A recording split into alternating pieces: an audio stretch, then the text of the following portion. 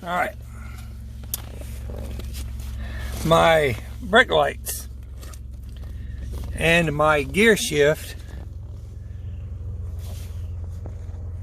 stopped working.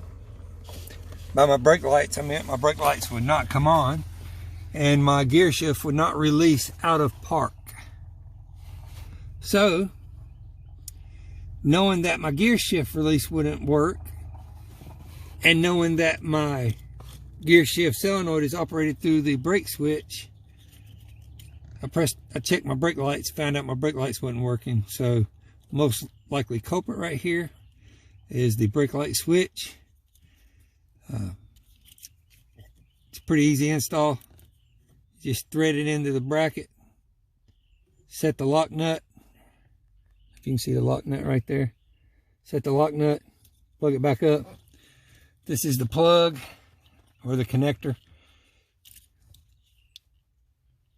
Push this down right here. You can pull it out of the connector. And then to put it back in, just try to fit it in there without being able to see it like I'm doing. Which is probably not the smartest thing to do. Well, anyway, reconnect that connector and then we'll check it.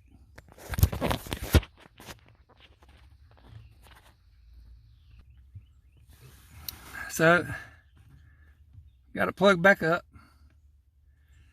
We're gonna test the brake lights and then verify my shifter comes out of park position.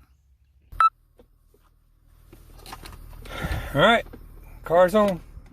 Look at there. Couldn't do that 15 minutes ago. It was right down out of park easy. Goes all the way back up. That was my initial problem. My initial problem was I couldn't get my gear shift out of park. It's aggravating.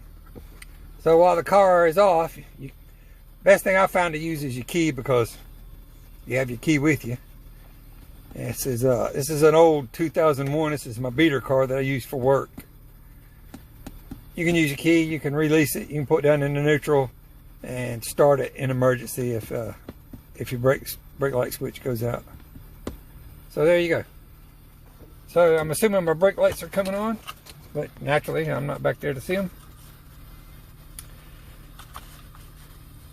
Import direct. That's where I got my part from O'Reilly's. They had it in stock.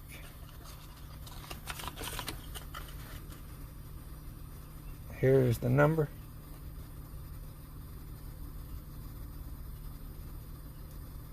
Anyway, that's that. Here's the switch that was in it. Looks a little different than the one I put in it, but you know, the same overall length. Sometimes this piece right here will fall out, preventing it from working, but the switch is still good. But in my case, here it is, and it wasn't working. So this would thread this shaft into that bracket I showed you earlier. Set this lock nut, plug it up. This should be facing downward when you install it like this, so that you can press that to release the connector the next time that this thing goes bad.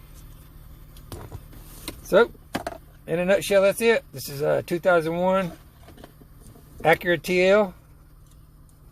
Seen better days, but it still runs well. Alright guys, hit like and subscribe. Turn off notifications. You don't want all those emails.